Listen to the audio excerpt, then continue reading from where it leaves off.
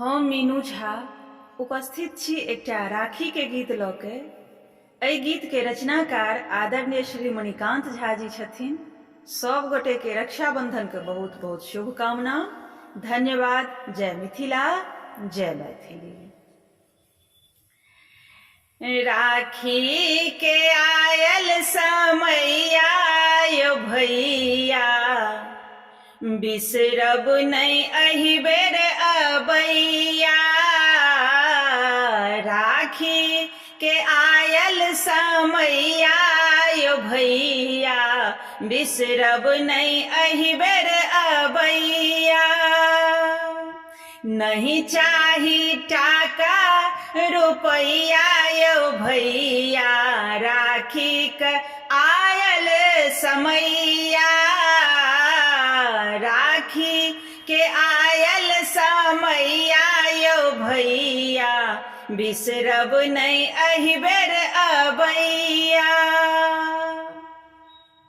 बाट जोहब हम सुती उठी भोरे, भात दाल तीमन तरब तिलकोरे।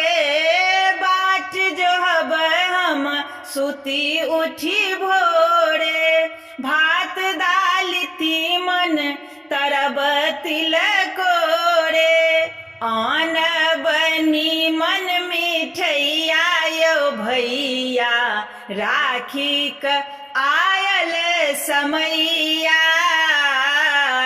राखी क आयल समैया यो भैया, बिसरब नहीं अहि बेरे अबैया।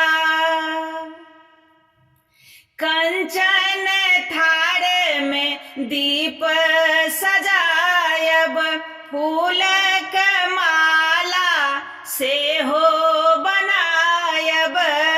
कंचन थार में दीप सजायब, फूल के माला से हो बनायब।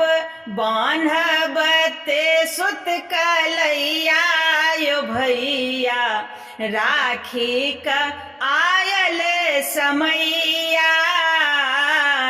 बिसरब नहीं अहि बेर अबैया यो भैया, राखी का आयल समैया। भाई बहिन के ई सुंदर त्योहार, गाम घर नगर नगर अछि व्यवहार। भाई बहिन के ई सुंदर त्योहार, गाम घर नगर नगर अछि व्यवहार। मणिकांत गीत सुनैया यो भैया, राखी का आयल समैया।